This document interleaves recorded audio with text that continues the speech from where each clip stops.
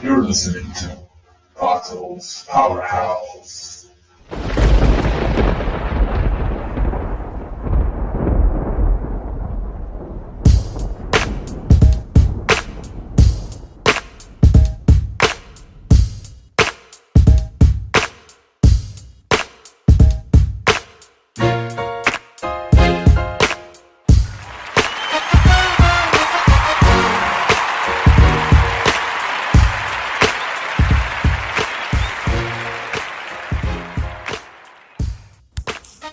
Hey everybody, welcome to today's podcast. This is Pato, the Ghost Rider, thanking you for tuning in because, well, I know that you have options. In fact, we produced two other options for you to listen to. Cursory Overload, which we just dropped an episode last night.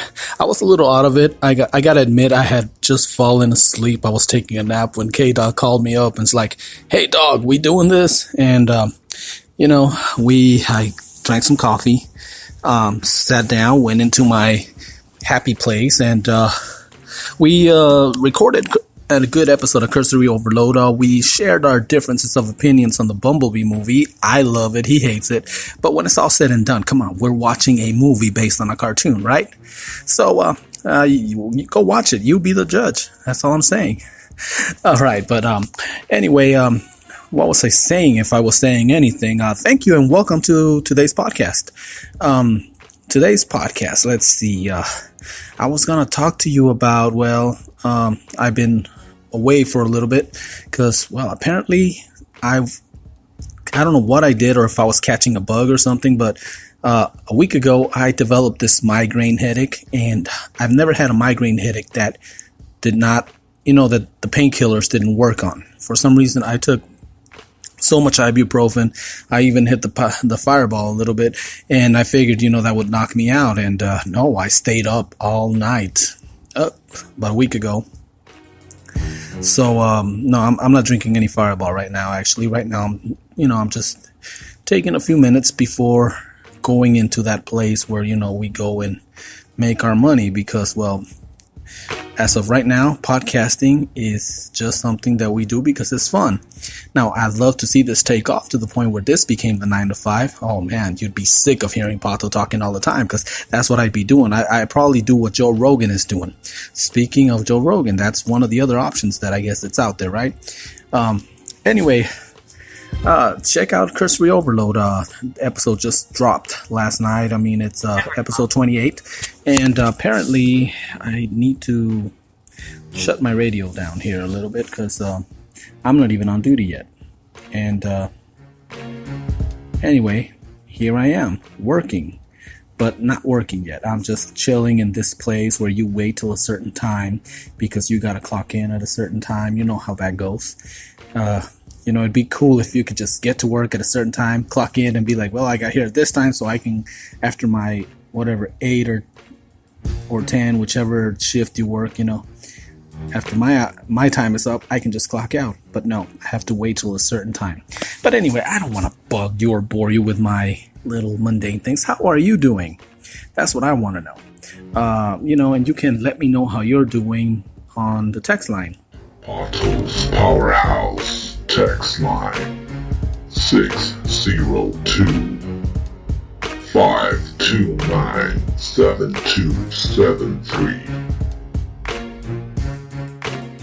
Yep, you heard it, and you can rewind it if you need to hear it again. But anyway, or you can drop me an email at ptgpodcast1@gmail.com or ptghostwriter@gmail.com. And remember, it's Ghost Rider as in GHOSTWRITER, not Ghost Rider as the one that collects your soul for making deals with the devil. There. Okay, now that I said that, last night, like I said, it was a lot of fun. I mean, it took me a while to, get back into the swing of things there, talking smack with my buddy. And one of the things that we were talking about was the Bumblebee movie, obviously the Punisher, and something about a rumor he heard that Charlie Cox may still be playing Daredevil, but he said don't quote him. And I told him, don't worry about it. We're not big enough. I mean, it's not like Kevin Smith who makes a comment about Michael Keaton being good for old Bruce Wayne in Batman Beyond film, and next thing you know, the internet runs off with it. I mean, obviously we're not that big. I mean, we can say whatever we want, and apparently there are no consequences as of right now. That is until some motherfucker takes what we record and puts it out of context, and I don't know, puts it out there saying Pato said this, and then I have to go back and say, no, I didn't. I said this, that, and the other thing too, but in reverse. This little shithead just put it out of context. Okay, wow, there. Okay, so now that the pleasantries are out of the way, I wanted to take a few minutes, just to touch base with everyone. I hope that you guys are all having a wonderful day, a wonderful weekend, whatever it is or whenever it is you are listening to this. I mean, definitely, that's the beauty about these things, right? You can listen to these whenever. As you know, Pato's the bite-sized podcast where I usually update you on what we're doing with the other stuff. Right now, let's see, Tales from the Guard Shack. I'm getting ready to do some more shows. I have some people that I've been talking to that I've had the privilege of meeting, and they work in the security field. And these people, I mean, like this person, I'm hoping that I can get on the show. I mean, this person has, he's been doing, obviously he's working as a security guard right now, but this man was in Vietnam and even Desert Storm. I mean, it's one of those people that, has been in the military, served our country, and I want to do an episode to, give him props and, recognize the efforts and the sacrifices that these people make, because for 20-something years, obviously, him being in the military, he's away from his family. I mean, that it takes a very special kind of breed, I guess, special kind of family to military families. My heart goes out to you guys. I mean, because you guys make that work. It's crazy. I mean, the wife stays home, or sometimes it's vice versa, because now women are in the military. And it's crazy. I mean, it's a different experience. I mean, so I just want to, from the bottom of my heart, I want to say thank you to all vets and to all military families, because nobody really understands, except unless you are living in one of those. I mean, unless you're walking in their shoes, you don't understand the struggles that, what it is to know that dad is in the military, dad is gone for a year to 2 years, maybe even more longer at a time. And in this case, I mean, the person that I'm hoping to interview in this upcoming, it's not, I don't really call it interviews. I mean, like I said, these are more chats with regular, everyday people that have made a difference, because, I mean, they do. We all do our part. I mean, we all make our contribution, and a lot of the time, it goes unnoticed. So I want to take this platform that we've been, we have the privilege of using, and I want to take it to honor someone who, has lived a life of service. Even now, I mean, he volunteers, takes other vets to the VA and things like that. So I'm not going to say any more on this. I'm just going to say that I'm going to talk to him, see if he's willing and would like to sit down and share some of his stories on Tales from the Guard Shack. And of course, there'll be other Tales from the Guard Shack episodes from K-Dog and Dayguard and myself, where we'll just sit there and shoot the breeze and talk about stuff that, only security guards can understand, or people that are close to security guards, or two nosy mofos that like to listen to what we're doing and saying. As of right now, I don't know if I have uttered an obscenity yet, so I may just get away with not having to check off the explicit on this episode. Don't quote me though. I may still screw up. I mean, I still got a few more minutes before I have to go clock in. So, anyway, give me a second. I'll be right back. You're listening to Pato's Powerhouse. All right, as I was saying. All right, I'm back. This episode, I was going to talk about something that we touched briefly on Cursory Overload. I was going to talk about this because I know Live the Punisher series.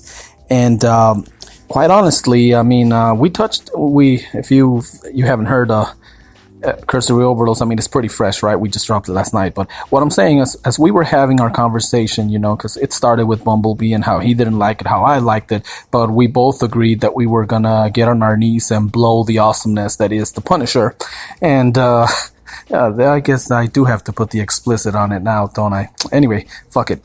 Okay, so as I was saying, I no-lived season 2 of the Punisher, and we were talking about how when originally the series came out, the first season, we found out that it was that guy from that other show, with the zombies, the one that banged his best friend's wife or something to that effect, right? And I was like, that guy's gonna be the Punisher? Oh, nah, not him. Fuck him. Because in my brain, in my mind, in my world, Thomas Jane is the Punisher. But I have to say this, that after these 2 seasons, I'm sorry, but after this 2 Punisher, the Netflix produced Punisher, whatever, I cannot see anyone else as the Punisher. You know what I'm saying? Like I said, John Bertholtz made a believer out of me. Like I said, I cannot picture anyone else as the Punisher. And we went into detail, how, I don't know if he uses a stunt double or if he doesn't, but quite honestly, I don't care. I like what I saw.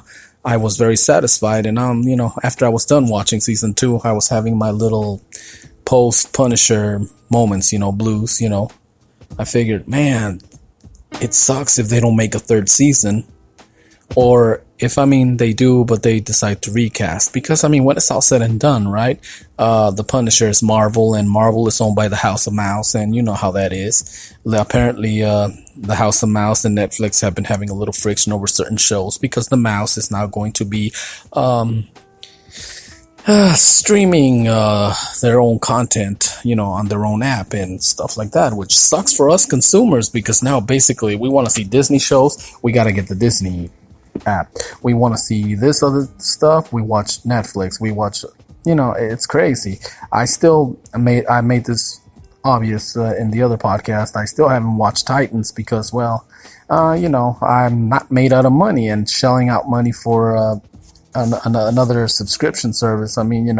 It just gets crazy. Before you know it, it all adds up. And you're paying a couple $100 in all these subscription services. It's almost as bad as having a freaking cable bill. And I cut the cord on cable a long time ago. It's crazy. I figured, I'm never home. I'm always working. Why pay so much for channels that I'm not watching? And it's bad enough that the way we got our setup right now, which is just internet at home and Netflix and Amazon, because it came with the Prime membership. Just those 2 things. There's so much stuff to watch, and kids are always complaining that there's nothing to watch. That's boring. I'm like, I don't know. I guess I'm one of those weird people that walk to the beat of a different drum. You will never see or hear me say, I'm bored. I don't know what it is about me. I guess I always got like 10 million thoughts going through my head. So even if I'm sitting down there, being quiet, I'm never actually bored. I'm always thinking of something. My brain is always working. Now, if I could only put that to work so it could generate me some revenue, right? Yeah, that's the ticket right there. So, speaking of generating revenue, it's getting close to the time where I gotta go clock in. So, I think I got a couple minutes now before at the tone, the time will be. Not many of you remember that, huh? I guess I'm one in that generation where you could dial the phone and call the operator, and you would hear the operator tell you at the tone, the time will be. I don't know if it was the operator, but it was a service that provided the time for you. Okay, well, that being said, I just made myself feel old here. Thank you very much. I hope you are all having a wonderful day, a wonderful weekend. And, check out Cursory Overload. Check out Tales from the Guard Shack. Don't get old. See, this is what happens. You start to forget things in the middle of the conversation. The best way to go straight to those is pdgpodcast.com. You can go there and you'll see the links for Cursory Overload, Patos Powerhouse, and Tales from the Guard Shack, of course. CursoryOverload.com, patodg.com, which is patodg.com for